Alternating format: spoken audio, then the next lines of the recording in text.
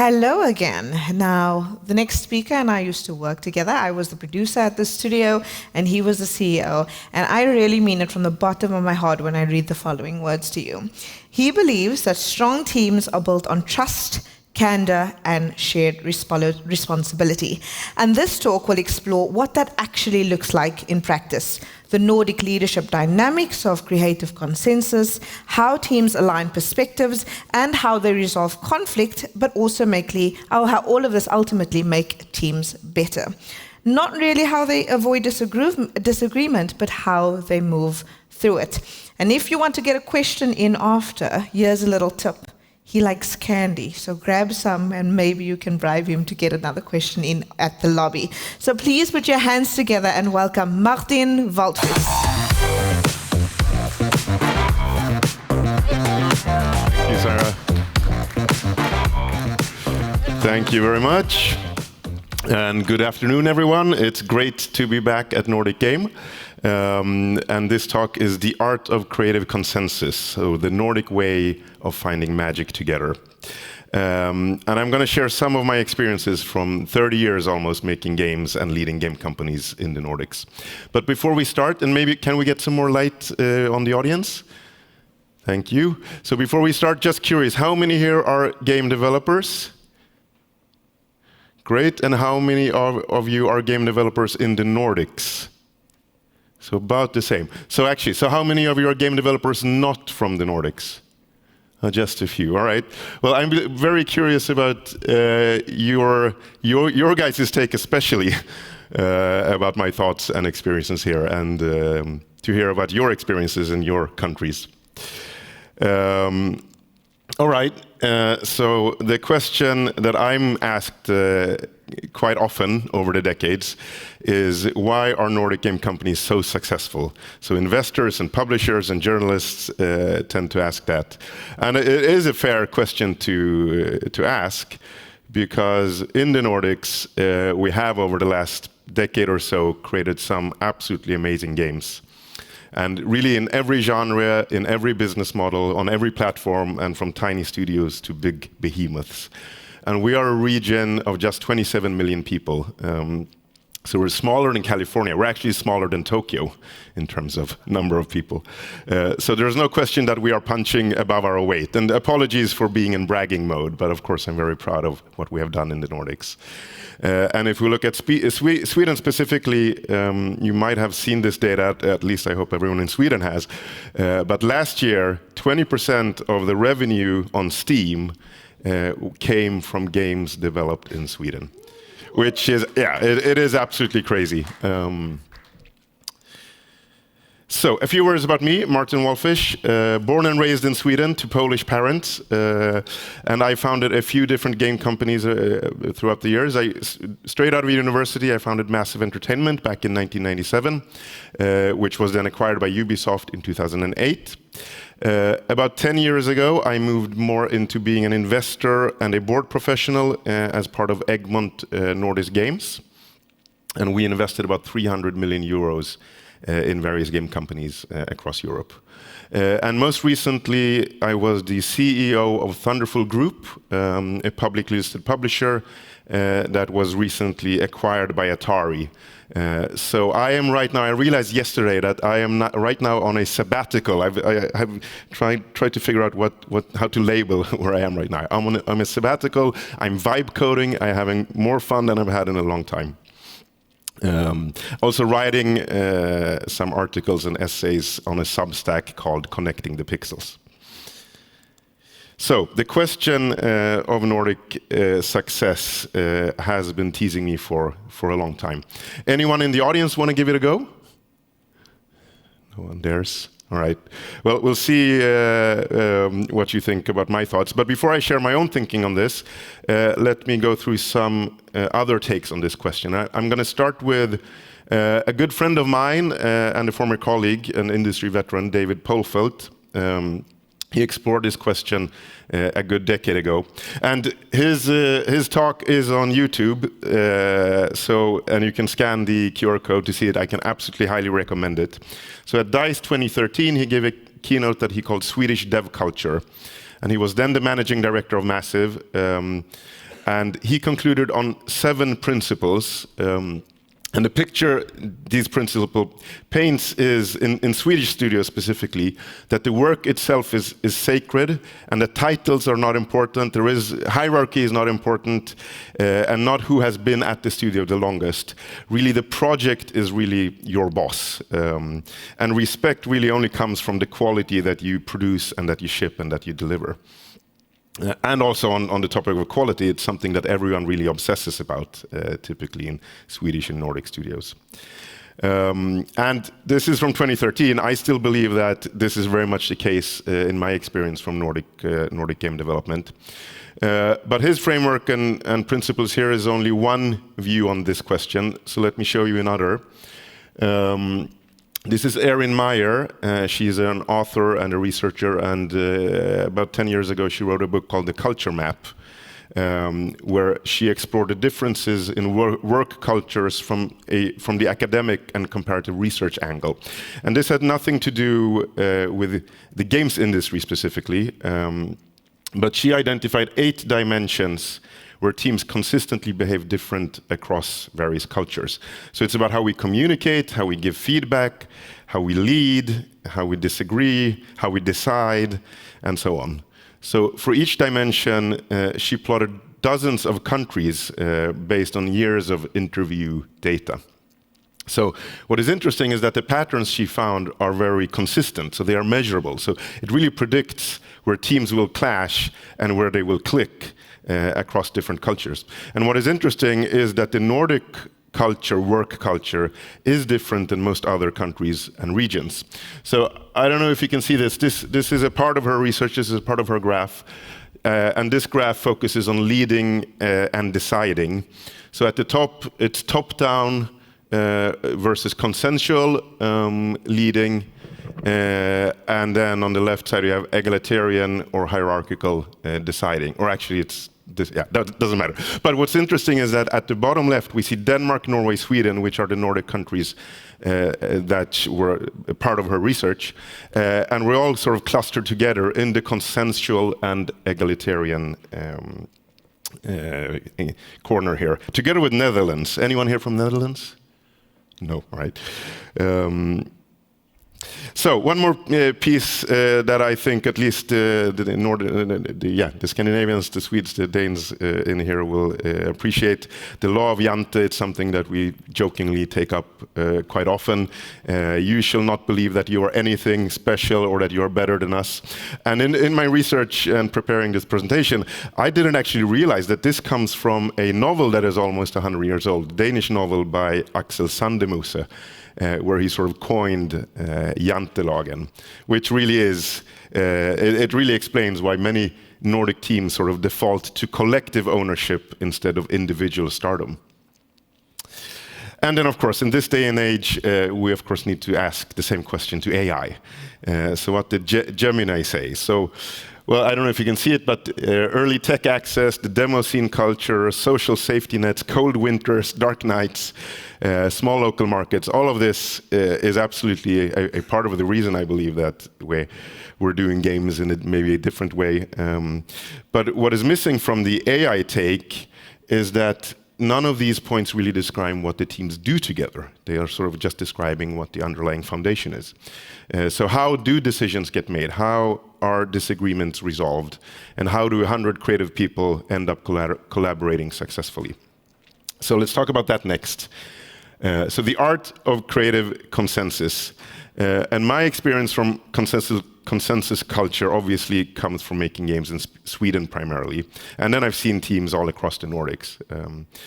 And to be honest, the word consensus for many years didn't really sit right with me. I don't know what you guys think, but for some people at least, it's something negative, the word consensus. It's slow, weak, compromise, watered down decisions, wishy-washy leadership, avoiding accountability. And I don't know if I see some people nodding. Would anyone agree when you hear this word? Right, I can't see if well, you're shaking. All right, good. But I believe consensus can be all of these things, but that is when consensus is done badly. So if we look at the etymology of the word, so it comes from Latin, it comes from the word consentire, if I don't know how it's pronounced in Latin, which really means to feel together or to think together. So it doesn't really originally mean that we all compromised on the least offensive outcome. It means that we thought together before we decided. And I think that is the power of consensus. So why does this matter for game development specifically? Well, game development is not the process of executing a predefined plan. As a friend of mine put it, game development is really the process of moving from uncertainty to certainty.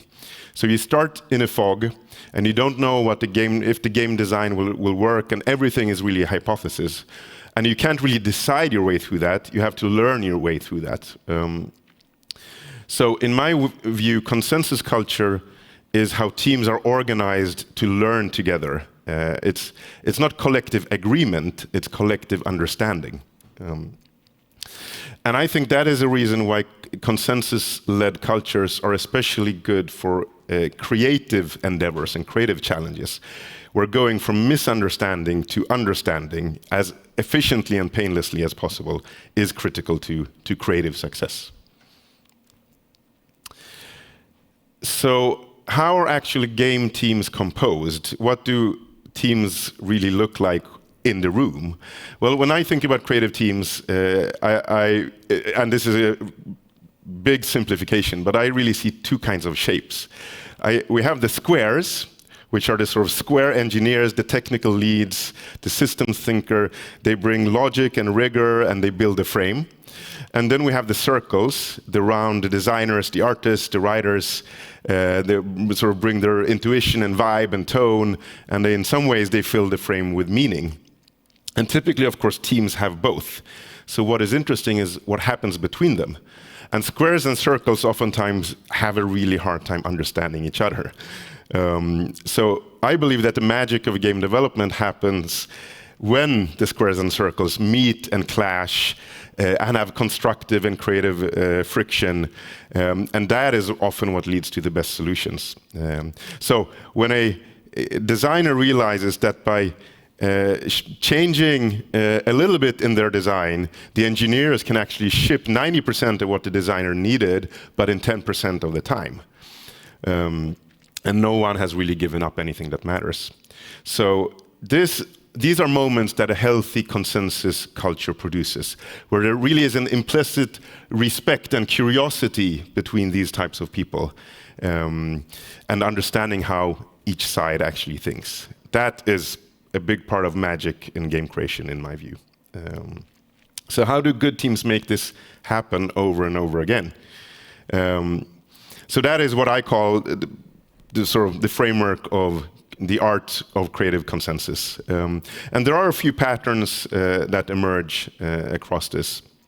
So each pattern is a practice. It is something that if you're not doing it already, it's something that you can try next week when you come back to your teams. But it really requires the underlying respect and understanding between the squares and the circles.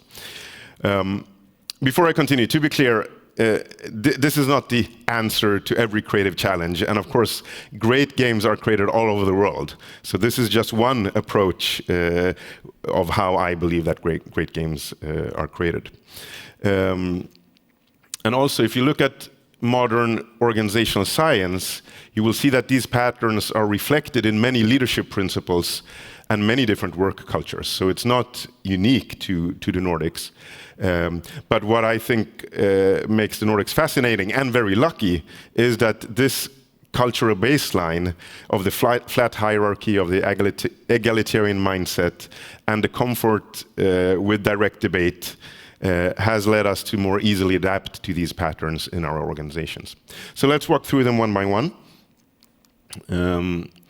Always playable, pattern one. So picture the moment, you're 6 months into a project, the build is rough, the art is placeholder, the combat loop kind of works but doesn't really quite feel right, and the whole thing is quite embarrassing. So what do? Do you polish it for 2 months more, or do you ship it to a playtest tomorrow? And of course, I believe that the answer is obvious. Early and continuous playtesting is actually the closest thing to a silver bullet that I believe we have in this industry. And the first time I experienced this was almost 20 years ago. Well, actually, it is 20 years ago now, when we were working at Massive on the project World in Conflict. And we had one rule from the start of the project was exactly this: the game must always be playable. So within a few months of the project, we had the game running, and then we held weekly playtests, and almost always with external playtesters. So every week we got a report, or we watched the playtesters test, and in that way we actually faced the truth of what we had actually made. It wasn't about opinions within the design team and the development team, and it wasn't about the most senior or loudest voice winning. It was really what are we getting out of the playtests. So with a playable build, you look at what actually happens on the screen, and that observation is what leads to true learning and true progress in game development. Next up is pattern 2. How do you lead in a consensus culture? Well, I think leaders are definitely still needed in a consensus culture, but they need to move through 3 different modes of leadership. So leadership mode 1, as the facilitator, the leader has to ask and listen and make space for the discussion, the debate, really what we think about maybe when we say consensus, and make sure also that every voice has a chance to speak up. And I think most days this is what consensus leadership looks like. You're keeping the room productive and ensuring that not only the senior voices are heard. Leadership mode 2 is being the synthesizer. So you have been listening, and oftentimes, or at least sometimes in consensus cultures, the team can just be circling around an idea, but no one is really moving forward to trying to make a decision and getting somewhere. So that's leadership mode 2. You want to synthesize and identify patterns and sort of guide the team into realizing that, hold on, maybe you're starting to be closer to a solution. And when facilitating and synthesizing really works well together as a leader, that's when teams really find direction together. That's the best way of finding direction together. And I have to be honest with you, I don't know if there is anyone in the room who has worked with me before, but I've often failed at both being a facilitator and a synthesizer. I'm learning still over the years to be a better coach and not just a directive boss. But it can be extremely powerful as a leader if you can see the team making decisions where everyone feels that they own the decision and are part of making the decision. But of course, the third leadership mode is when you are the decider. If you just don't have the time, or the team is just circling around and not getting anywhere, then you can't resign your leadership responsibilities. You still have to step in and make a decision. All right, so the third pattern, disagree and commit, and some of you have maybe heard it before. It's a phrase popularized really in sort of Silicon Valley giants, Intel, Amazon talk about this. And I think actually in those cultures, it can often mean that the executive has made a decision, so stop complaining and do your job. But in a flat consensual culture, disagree and commit is not really supposed to be your boss telling you can disagree, but you just have to do it. It really comes out of realizing that we have argued hard together, and every voice was listened to, and every concern was weighed. And even if the sort of decision landed on something that I personally didn't want, I still respect the process and I respect the intelligence of the team, and I will do my best to work 100% to make this, whatever was decided, to make it work. So it's really a sort of an exit ramp from debate. This is the way to just get going and make sure, all right, this is the decision we made. One more thing to say about this, though. as new evidence emerges, especially through playtests, you absolutely should be prepared to revisit previous decisions if you realize that they're not making sense anymore. Yes. All right, so the final pattern, number 4, name the elephant early. So the elephant in the room. So you're 6 months into your project and something doesn't feel right and the core loop isn't great and the vibe is off, and what do? And the instinct, and not least actually too often in Nordic culture and maybe consensus-driven culture, might be to wait and just realize, oh, we need more data, or someone else will speak up. But that is exactly what you shouldn't do in a proper consensus-driven culture. You should speak up and say it now. And even if you don't have proof, even if you might be wrong, I think the most dangerous mode of consensus is, at the bottom here, sort of polite consensus, where everyone is just nodding and thinking, yeah, it will probably be good. No, speak up, yell. So it's not about being difficult, naming the elephant. It's about respecting the team and the progress and the project to make sure that your feeling becomes a shared question. And then the team can debate and maybe design a playtest to figure out if your feeling is actually something that is visible in playtests. All right, so again, you've heard me talk about consensus and as part of a very good thing. Of course, consensus can be done badly, the curse of consensus. And there are 3 very clear failure modes. So drift, when consensus just never resolves, when the teams just circle, as we talked about. And again, that's when the leader needs to step in and become the decider. And then conflict avoidance. Again, when politeness eats honesty, when you sort of have polite agreement, but people aren't really agreeing. And the solution to that one is naming the elephant and not waiting for permission, just saying it. And then, of course, diluted accountability. And maybe this is the one that is the obvious one when you think about consensus, is like, oh, okay, but if we should all agree, it means no one has agreed, no one has decided. But again, you still need a leader. You still need someone who decides. So, or decides when needed. And if the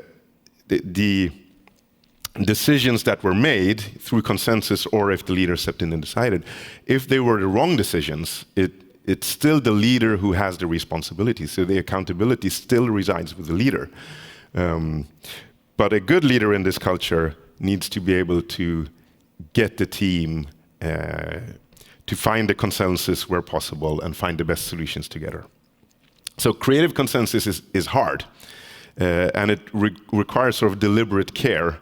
But when it works, as I've seen it done, and I think, again, some game developers in the Nordics are amazing at this approach, it just creates magic. So I'm going to end with a story also from my days at Massive 20 years ago. We were working with a publisher on a major project, and every 6 months they sent a report where they had done a focus group where 8 to 12 people had looked at our game or played our game, and then we got a 30-page report from the publisher. And in some ways, each report came with the same note from the publisher's executives. Basically, here's what's wrong with your game, go fix it. And that is, of course, a very frustrating report to get, trusting sort of our creative direction to what 12 people in a focus group think once every 6 months. So it didn't really feel right. And the solution that we realized was to build our own user research lab. And as I said earlier, do our own testing on a weekly basis. So the next time the publisher sent their report to us, we sent 25 reports back to them and said, we got this. We have a better grasp of what's right and wrong with this game than your focus group every 6 months does. And it really worked. So the executives stopped weaponizing that focus group against us, and they really learned that they can trust our ability to challenge our own work and our own decisions. So playtesting, we realized, was really the best design tool that we had. And every week, the team had to face the facts in terms of a playtest, and not the theory or whatever opinions the designers or other people had. So that's where Always Playable comes from. What it meant is that everyone ended up focusing on the player experience and how to use the test data and combine it with our own design ideas of how to improve for the future.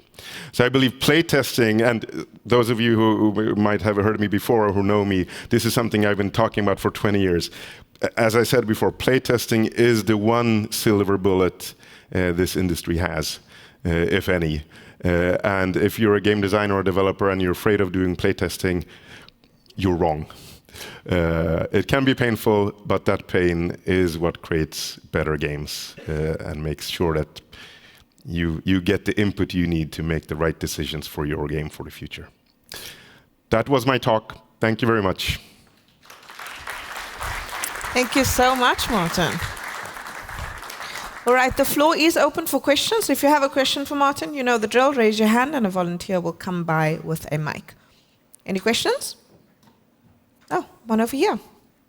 And then the gentleman with I think it's beige or brown t-shirt. Yes. Hello, I'm Risto. Thank you for the speech. Sorry, my voice is a little bit damp for some reason. Of course, consensus is about the team and the leader, but what about if the leader is a bag of dicks? Ooh. Yes. That's one way to put it. Yes, Martin. The answer is very simple. I mean, again, consensus culture, it requires care, and it's not something that just automatically comes. So if you have a bad leader, or whoever is not the right person wherever they are in the team, consensus culture is not going to solve that. You need to have people who are genuinely want to understand each other and respect each other. Yes. Thank you so much. Over you there, sir. Martin, thank you for your talk. I'm coming from the playtest unit and user experience research. Yeah. Just want to get your thoughts on AI and playtesting. Good idea. Where are we now? What can we do? Well, first of all, I think what's happening with AI is, extremely interesting, and of course... Tread carefully. Yes, I know. I was going to say, and also a bit scary. But I think, I'm sure actually AI can be used for playtesting in some way. I haven't figured out how. But as long as the end user of your game is a human, I think playtesting should be sort of the game feel playtesting should be done by humans. And then, of course, so this is what I mean by playtesting. Then there are many other forms of testing and quality assurance in game development, and that's where oftentimes AI already now can step in and do a pretty decent job. But if your end user is an actual human, make sure to playtest with the type of being that your end user is. Thank you so much. Are there any other questions? Yes, over here. Thank you, Martin. I had to ask a question. Now, it's actually on the consensus cultural specification of Nordics. How do you integrate this in an international team? So how do you bring, people who are coming from a very hierarchical culture, Eastern Europe maybe actually, or other? Yes. Yes, well, all across the world, different cultures work differently. So, I think there is definitely a clash. And again, if someone has moved to the Nordics from elsewhere and what that clash was. But what I've heard from people I've talked to is that there is a cultural clash. And I think we need to, as a Nordic studio, wherever you are, whatever work culture you have to try to instill that in your new hires, wherever they are from. So, I mean, that's the easy answer. Then actually doing it is harder. But again, I do want to say, I mean, we're bragging about the Nordics here and how good we are. Consensus culture or this kind of approach isn't just for the Nordics. I think again, like I said, we're lucky that it comes easier for us. But I think this is used in many organizations all over the world. I don't know if anyone has read Creativity Inc. About Pixar. by one of the founders and CEO, Ed Catmull. Amazing book. It's 10 plus years old. And they're not using the word consensus. I think even they wouldn't agree using the word consensus. But many of the learnings in that book, I think, are exactly what comes very easy for us in the Nordics. Thank you. And I think this gentleman over here had a question first, and then we'll go to you, sir.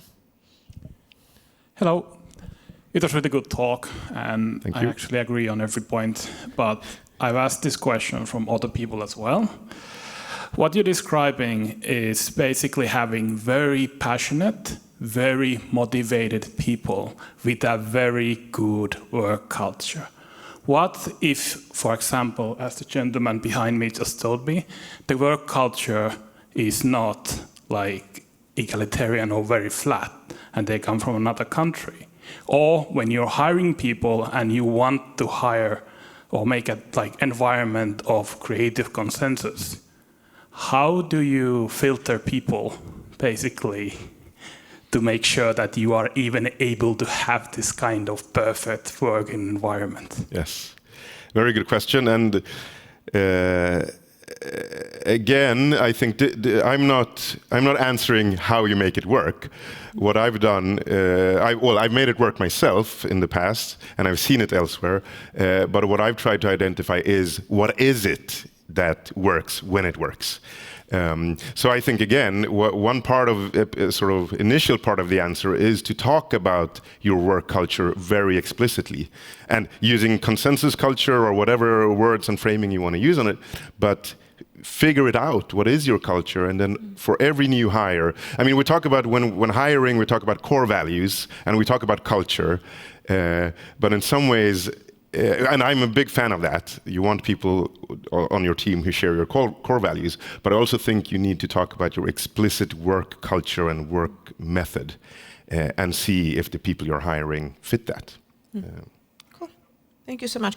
In the interest of time and fairness, we're just going to take the other gentleman over there. Yes. Thanks, Martin. I worked for many years at a big Nordic developer. Yep. And one thing I noticed was that lots of my former colleagues took too much responsibility on and began to burn out with stress.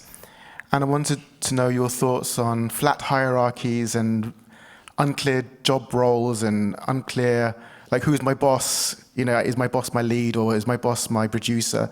And how flat hierarchy can affect stress in the workplace. Very good point. And my answer is that the hierarchy shouldn't be flat. You still have a hierarchy. You still have a boss or a leader. You still have someone who decides if they need to step in. So if in that organization that didn't happen, then I think there was a different problem than trying to be, if that's what they were, trying to be a consensus culture. So consensus culture is still needs the decision maker. It needs HR. It needs people taking care of the people in the organization. Absolutely. So flat hierarchy is not, well, yeah, well, it comes naturally to us in the Nordics, but I'm not a believer in just having a flat hierarchy. We still need people deciding and people taking responsibility for supporting and helping.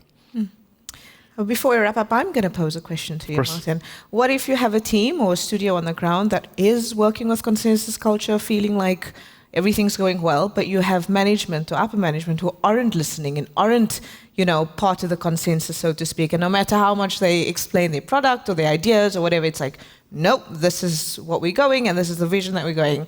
And ultimately how that affects the product and the team then when the people up top are so disconnected from the product itself. Yes. Well, that's when you send them the 25 reports. Okay. And tell them that you know better than they. Gotcha. It's also very risky to do that, though, because they're the same people who are in charge of your job. Well, absolutely. But I mean, that risk you have, regardless of how you work, you always have that risk. It's true. But if you actually do play testing and get the reports and sort of navigate the uncertainty. Hopefully they listen. Yes. Gotcha. On that note, thank you so much, Martin Walfisz. You can read more about his Substack as well on LinkedIn and give him a follow there as well. Thank you very much. Thank you so much, Martin. Thank you for listening.